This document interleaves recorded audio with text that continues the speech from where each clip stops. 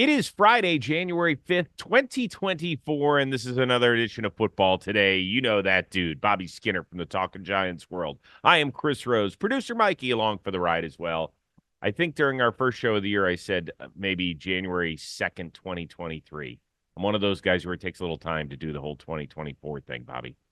Yeah, I am that too. So I've been, we did our Tony Award on Talking Mm-hmm. Giants today, which is, it's for the best Giants reporter. Not sure if you're a good person, and I kept on saying the 2023 award, so I had to change myself, start saying annual and not year on it. Well, I mean, is it the 2024 award or is it the 2023 because so much of it happened in the 2023 Which, season? yeah, that's the worst thing about the football schedule is that are the Giants the 2000 Super Bowl champions, even though they won it in February of 2008? Or that's Right. always a confusing thing. But Good ready to question. roll into 2024. That would be Super Bowl 42 champions to you. There you go. There you go. I Thank like you. that. Yeah. All right. So here we are, week 18. It has arrived. It's amazing. It seems like we were just kicking the season off 18 weeks ago or whatever. Biggest one could be Sunday night, could be the last game of the regular season, Bills, Dolphins. Now, if the game isn't for Buffalo's postseason life, which means that either the Jags or the Steelers lost, preserving at least a wild card spot for Buffalo, even should it lose. True or false that Sunday night's game is more important for Tua than it is for Josh Allen?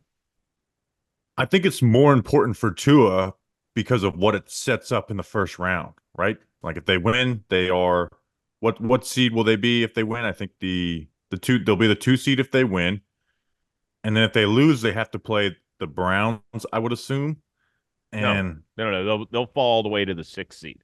oh, okay. Then they would so they're playing either Browns or the Chiefs. I'll be honest, I don't know if I'm picking Miami against either of those teams on the road. So we know Josh Allen is a awesome quarterback. Right now, there's still question marks, but he's in the category of awesome, top of the league quarterback. Tua, man, there's still question marks, and like the answers will come on Tua in the playoffs. And we know their records versus good teams this year, Dallas being their lone win.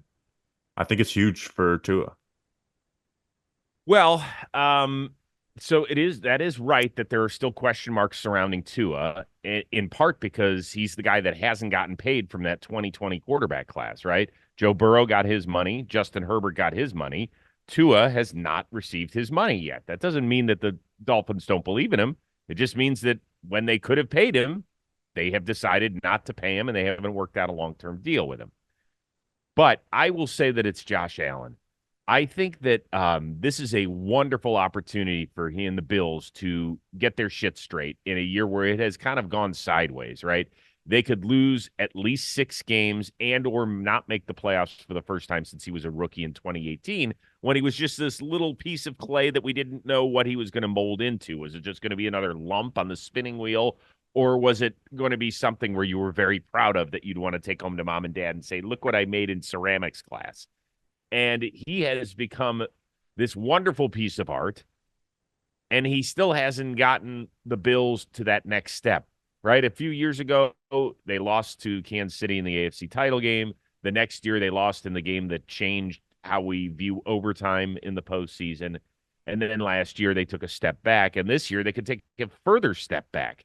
And fair or unfair, a lot of that is going to be on the quarterback and why Josh Allen, in a year where half the teams in the AFC are seemingly using a backup quarterback, wasn't able to raise his team to new heights. Here's the thing: is I think Sean McDermott will get the blunt of that energy. Like Possibly. he's gonna deal with the majority of that negative energy that will go towards Buffalo, and I think he can even be fired. He's let go of two coordinators over the last couple of years. I know Leslie Frazier was a mutual parting, but there was issues there. Uh, I think McDermott would take that heat if they lose this game and then lose in the first round of the playoffs.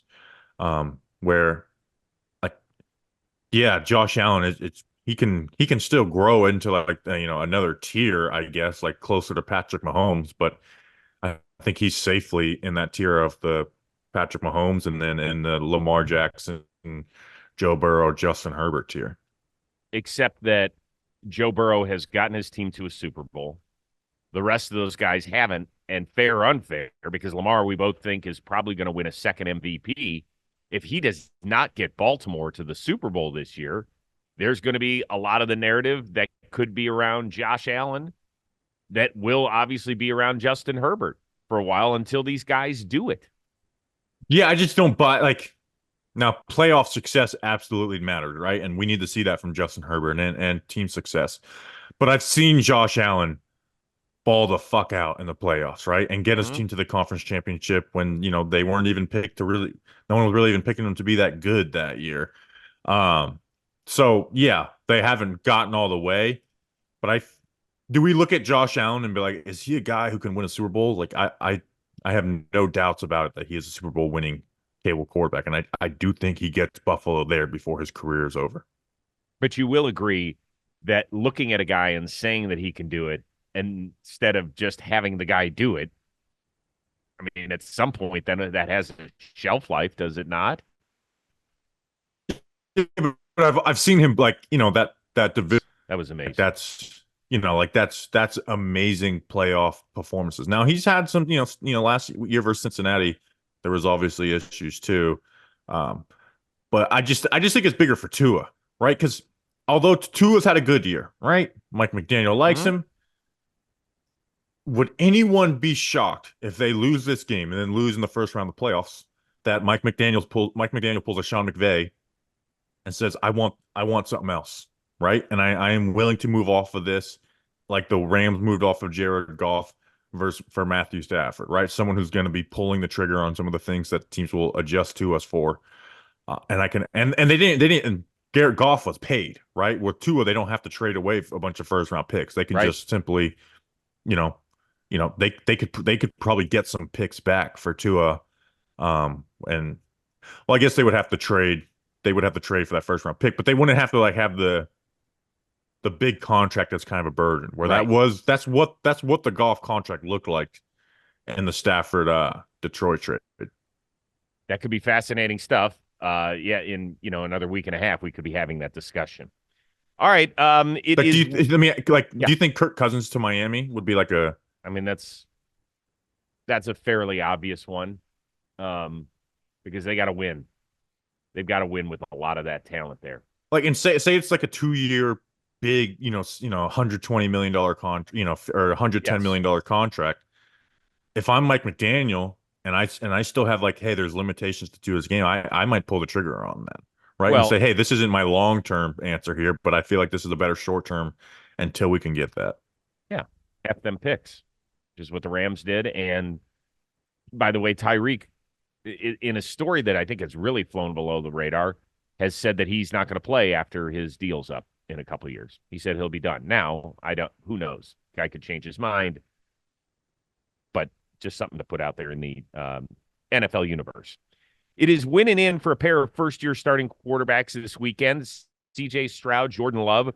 Which one is a better story if he gets his team into the playoffs? I think it's just CJ Stroud one because he's the better quarterback. I think we all have high expectations for CJ Stroud ever after his rookie year, but it's also like that Texans team was pretty devoid of talent, and it's being led by their young players, right? And I'm not saying the Texans are going to turn into a team that ends up winning a Super Bowl, but this could be looked at as you remember when Kevin Durant and Russell Westbrook, had that first round series with the Lakers back in the day, and that was Mm-hmm. like hey, this is when it started. They didn't end up winning a championship, but that could kind of be it for this young core of the Houston Texans. Will Anderson as a rookie, CJ Stroud as a rookie, some other young guys on that team of like that pull the thing out. But that's when they started. Yeah, it's interesting how the narrative surrounding the AFC South has changed from week 1 to week 18. We thought that the Jags would be waltzing into the playoffs at this time. Instead, they're in a three-way tie. They need to win in order to get in, and if they lose, then either Houston or Indy, the winner of that game, is going to represent the AFC South. So it's very interesting how that has gone. I know that you haven't been as high on Jordan Love. I have, because I think there's a hell of a lot of pressure. It doesn't seem like there's pressure in Green Bay, but when you have had 30 years, 30 straight years of Hall of Fame production at the quarterback position, Like, you can't just be some dude that takes it over. And I think he's handled himself great, and he used on the field. Did you know that only Josh Allen and Jalen Hurts have accounted for more touchdowns this year than Jordan Love? And I get it. There's a lot of guys that would have put up great numbers that have been banged up. I understand that whole deal. But still, you have to do it. If he has a decent game, he's also going to get, pass for more than 4,000 yards. And if they beat their rival, which is something, Aaron Rodgers had a win and in at home last year, Sunday Night Football against the Lions, who hours before found out they weren't making the playoffs, and he still couldn't get it done. So if he gets it done here this weekend, I think it's something to hang his Oh hat yeah, there's on. been good building blocks there for Jordan Love in Green Bay. I don't want to discount that, but I just haven't seen the consistency out of him to like have any like real okay. Like with CJ Stroud, when we watch him, like oh yeah, this guy's gonna be good, right? Like he we'll be splitting hairs on how good is CJ Stroud compared to other quarterbacks in a couple Mm-hmm. of years. With Love is still very much in the to be seen where he's going to end up, right? Like he's the top 10 on anybody's list. So I don't want to discount what he's done this year, but is Green Bay like an intriguing watch or like for anybody in the playoffs? I feel like the So name they would. brand makes it a somewhat, and obviously they have a huge fan base, but I start with this. It could be if they end up winning because of what the Rams are deciding to do with their team, and we'll discuss that in a second. It's very possible that it could be a 3-6 NFC North matchup where the Packers are going to Detroit. Could be interesting. No,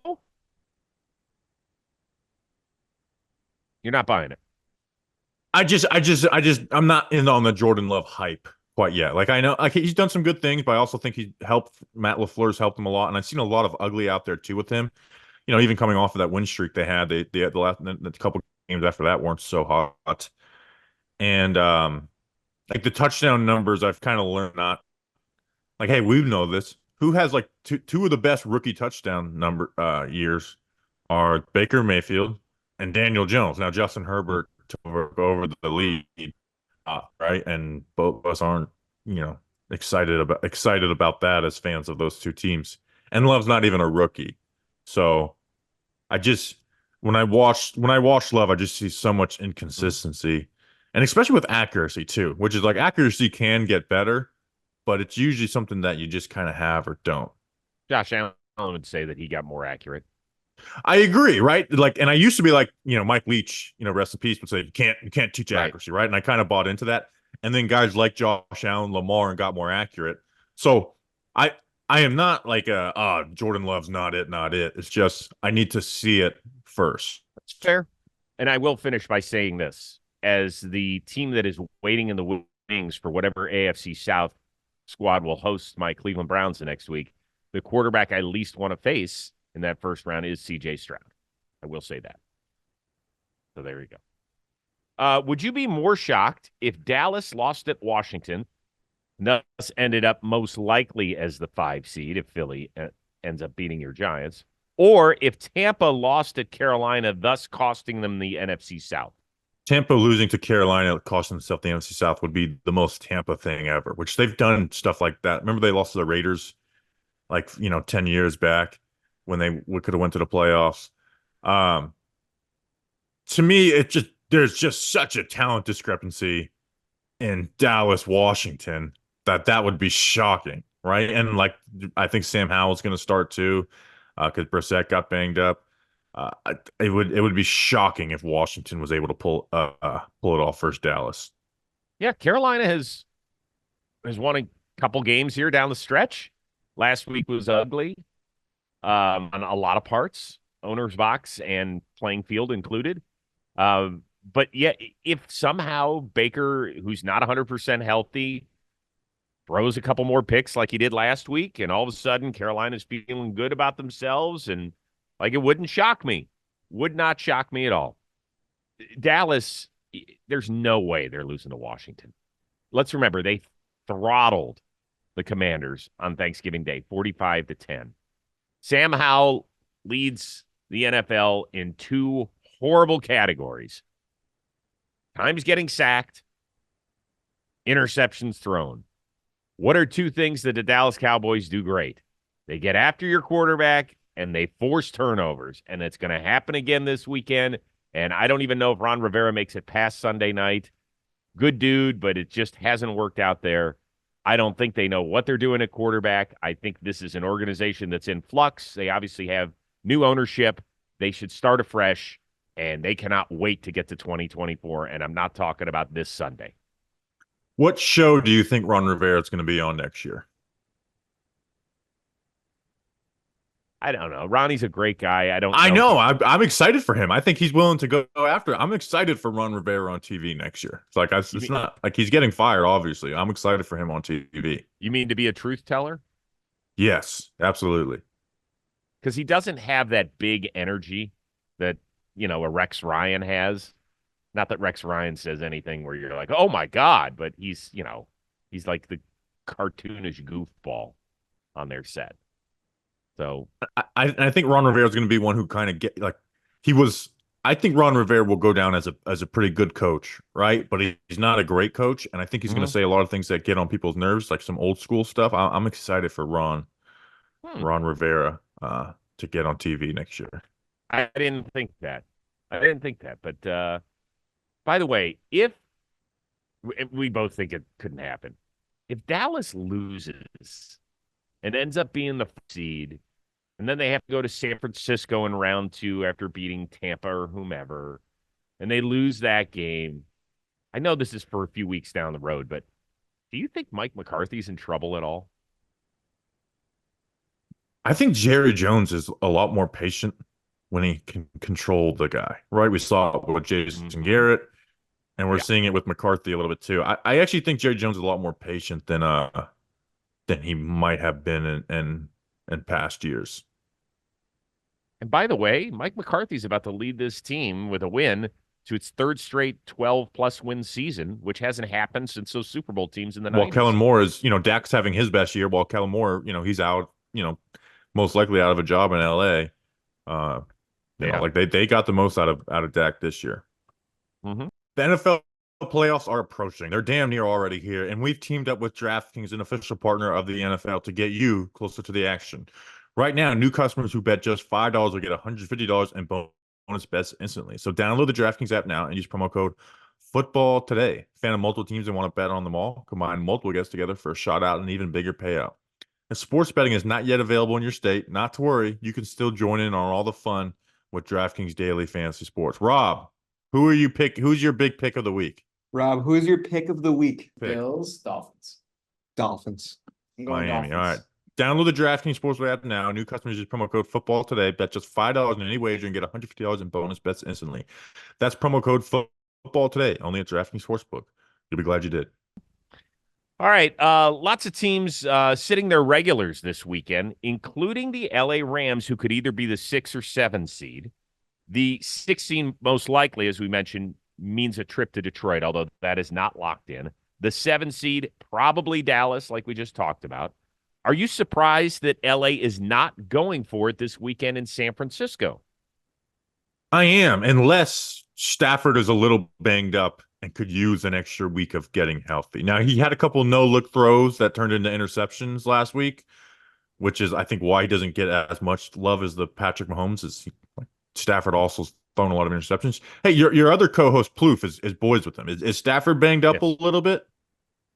I don't know how much that thumb still bothers him, but he is in his mid 30s. He still takes a ton of shots. It wasn't like early in his career in Detroit where he's like limping to the line with a separated shoulder, but he is still taking a lot of shots. So I am like, maybe Stafford doesn't want to play Detroit, Hmm. for obvious reasons. But wouldn't you much rather face Detroit than Dallas in round one? I would, considering that no team has won in Dallas, considering that the Rams went there earlier this year and got their doors blown off. I would much rather take my chances with an inexperienced playoff team in Detroit than one which is very seasoned and has a Super Bowl winning head coach in Dallas. And just more Uh, talented overall. Now, it doesn't mean that if LA plays all of its regulars, even though It'll be interesting to see how many guys Kyle Shanahan puts out there, right? I mean, we know that Brock Purdy's not starting, that it's going to be Sam Darnold. I think Trent Williams will probably get rest. I think they're going to rest most of their all pros, which is like 10 of them. And it is a little risky when you're the 1 seed because then you're going 3 weeks without playing. And I don't think 1 week is a big deal because every team's got a bye week during the year. So you come back after a bye week, you feel refreshed. Like all these teams that are sitting teams, the Rams, the Chiefs, the Browns, that are all going to play next weekend. I think it's smart. I think it's smart to sit as many guys as possible. The Ravens and Niners, I could be convinced either way, and I understand why there's a little bit of trepidation there, don't you? I don't know where I stand on Russ first rest. I really don't, because I feel like 1 year it's like, man, they rest him, and then the next year it's like, oh, this team rested, and then they were totally fine. I feel like a team like San Fran that's full of all pros, and like they're a team that starts the season so hot. I'm fine with that. I'd rest them, right? Like you hear, I would too. Like I'm not taking a chance of guys getting injured, right? That's to me, Debo Samuel and Brandon Ayuk being healthy and Trent Williams being healthy is much more important to make sure of than getting a couple more reps in. Yeah, I'm with you. It's to me there is however a difference between teams that are playing next weekend and a team that's got another bye next week. So it's always interesting. By the way, it sounds like Kyron Williams, Cooper Kupp, Aaron Donald, Ernest Jones all sitting. Joe Noteboom, Tyler Higbee, they're banged up. They weren't going to play anyway. So all that stuff is interesting. We will finish today's show with a question of, is Kyler Murray finished in Arizona? Now, keep in mind, they've got 4 wins. They currently sit as the number 4 team in the upcoming NFL draft, but depending on how some other teams do this weekend, they could move up as high as 2, I do believe. Jonathan Gannon, who is their rookie head coach, was on a local radio show out in Arizona and was asked about his quarterback's playing future. Is there any doubt in your mind who your quarterback is going to be for next season? No, there's not. He's your guy. I love this guy, man. Why are you laughing? I love this guy. No, there's no doubt. You love which guy? Ain't talking to me. Number 1, our franchise quarterback. Yeah. That's who I love. All right, so in between the nervous giggle fest that he had, by the way, do you take anything away from that? The laughing? Well, Arizona is the team that said, Josh Rosen's our guy. That nervous laughter to me, I do, right? Where if I didn't hear that clip, I'd say, I think they're going to stick with Kyler, right? And I just saw transcripts. That nervous laughter to me makes me think they're actually considering quarterback, like pretty heavily. I think this is as fascinating as the Justin Fields deal, right? The difference is that Fields hasn't received his money. Kyler has. He signed 5 for $230 in 2022. Then he had his ACL. When he came back midseason, he has shown flashes of brilliance, right? Like the first game back, he had a huge 13 or 14-yard run, which set up a game-winning field goal, I believe. Last week against Philly, led a come-from-behind victory when they were down a couple of scores, 3 touchdowns, just 1 pick. He ended up completing 13 of his last 14 passes. But the same questions still surround Kyler Murray, some of which we've forgotten about. Like that clause in his contract that says that he needed to study a certain amount of time, that he's still 5'10", he hasn't grown anymore. Like, you need to figure out, is this the guy that can push the Cardinals, eventually past the Rams, Seahawks, and Niners in that division and get them to where they want to go? Like, I think there's a serious question about that. I think Kyler went from overhyped to now he's or overrated to now he's underrated because the injury I thought kind of gave people like, oh, look, short guy doesn't last. That playoff game versus the Rams was bad. I hope that they do stick with Kyler, and unless they get like the first pick, right? They have their choice, but Kyler's proven to be a good quarterback, right? Now they're still not in the top tier, but still proven to be a good quarterback. And I don't think there's anything wrong with the Cardinals being like, hey, well, we're going to take the best player available after these two teams take quarterbacks. We're going to take Marvin Harrison Jr., which I think would be might be the best wide receiver prospect we've all ever seen. at least in like the last 20 years. Like I love Jamar Chase, right? Jamar Chase was like, I would have done anything for Jamar Chase. I like Marvin Harrison Jr. like a good bit better. Mm. Um, I think the Cardinals should stick with Kyler instead of kind of entering the QB lottery because we at least know Kyler's a good quarterback in the NFL. It's just how far is he able to take them? Right with Well, Fields, I still think there's questions if he's a good quarterback, and the Bears have the first pick and not the third pick. okay, so the things going for Kyler, in my opinion, are that the Cardinals have 11 picks coming up in the draft, including an additional first rounder that they got from Houston. They have 3 twos. They have their own. They have Houston's. They have Tennessee's. They have 3 fives. They can get better in a hurry. They need to continue to build that offensive line.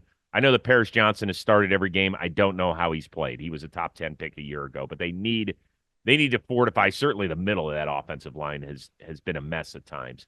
They don't have a good corner. They don't have a good receiving core at all. So there's a lot of parts, but I think that they can, if Monty does a nice job drafting this year, they can kind of fix some of that stuff. The question I've got for you, let's play the quarterback game. Where does Kyler sit? He's not a top 10 quarterback, in my opinion. So I'll look at the teams right here, and I'll just tell you which quarterbacks I like more than him. Justin Herbert, 1. Let's see, nobody in Las Vegas. Kirk Cousins. But you're doing this exercise all wrong. You got to go by division. Just go by AFC East. Josh Allen. I was looking at Tankathon, so I'm going through the worst teams to Don't the go first. through Tankathon. Joe Burrow, Lamar. Dak is tough, but this year's been good for Dak. Really, you think that Dak is not better than Kyler? Would we have said that 2 years ago? But I'm not asking you 2 years ago. I'm asking you today. Nah, I would take Dak over Kyler. I would. Yeah. But I think it's Jalen closer Hurts? than people give it credit for. Josh Allen, Stafford, Trevor Lawrence. Would you take Jalen Hurts? Yeah, I would. I think Jalen Hurts is pretty damn good. I think he's hiding some of the Phillies' issues on offense this year and last year. You say, oh well, the surroundings. Okay, he operated perfectly. But every quarterback's don't just run stuff on perfectly on accident. All right. Would you take C.J. Stroud? Yeah. Okay. I mean, we've already named 10 guys. Yeah, he's right? not top 10. But at the same time, like the quarterbacks are getting better to where like not being top 10 isn't the biggest indictment either in the world. Like there's still good quarterbacks who aren't top 10. It's just, Okay. Then here's the thing. So I think if they were picking first, I think it's more of a question, but they're not going to be picking first. And like you said, they have all those picks, and it wouldn't be a good landing spot for a quarterback anyways. I would stick with Kyler. No, man, this is a tough call. This is a tough call because now you need him to play as a, $45 million a year quarterback. And I don't know if he's got that in him. I really don't. It's been okay. They have a lot of picks. I agree. But here's the only way. If the quarterback that they should evaluate quarterbacks, right? Don't just ignore them. Like do their due diligence and go deep on all these guys. If the guy who they have rated number 1 just falls to them, then yes. But if not, I think they should just take best player available, which will most likely be Marvin Harrison Jr. Yeah, I would think so. I think they definitely need that. All right. How are you going to be watching this weekend?